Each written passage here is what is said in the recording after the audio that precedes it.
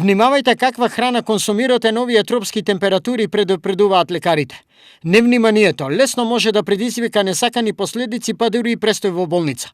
Да не дојде до тоа, лекарите укажуваат храната на овие гориштени што пократко да биде на собна температура, особено лесно расипливите производи. Секоја конзервирана храна исто така да се провери, ако приметиме надувување на конзервите, чуден мирис, кога јајцето ќе го скршиме, ако се разлева и има чуден мирис, подобро да ја фрлиме. Значи млекото ако се згрутчи на затоплување, подобро да не ја користиме, отколку да добиеме несакани последици. Кои се симптомите од консумирање на расипана храна? Главно иде со тежина во желудникот, узригање, чуден мирис, непријатност, гадење на храна, да не зборуваме за повраќање и проливасти столици. Ова се така наречените благи симптоми од труење од расипана храна. Во овој случај може да си помогнеме со консумирање на што повеќе течности за нејзино исфрлање од организмот. Но при потешката клиничка слика неопходна е посета на лекар. Сепак, превентивата е најдобриот лек против расипана храна. На ова се согласуваат и граѓаните. Она што сметаме дека може да се поквари, ја чуваме во фрижидер.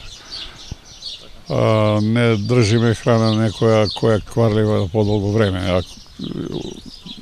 Која измине времето, процени, ја фрлове таа едноставно.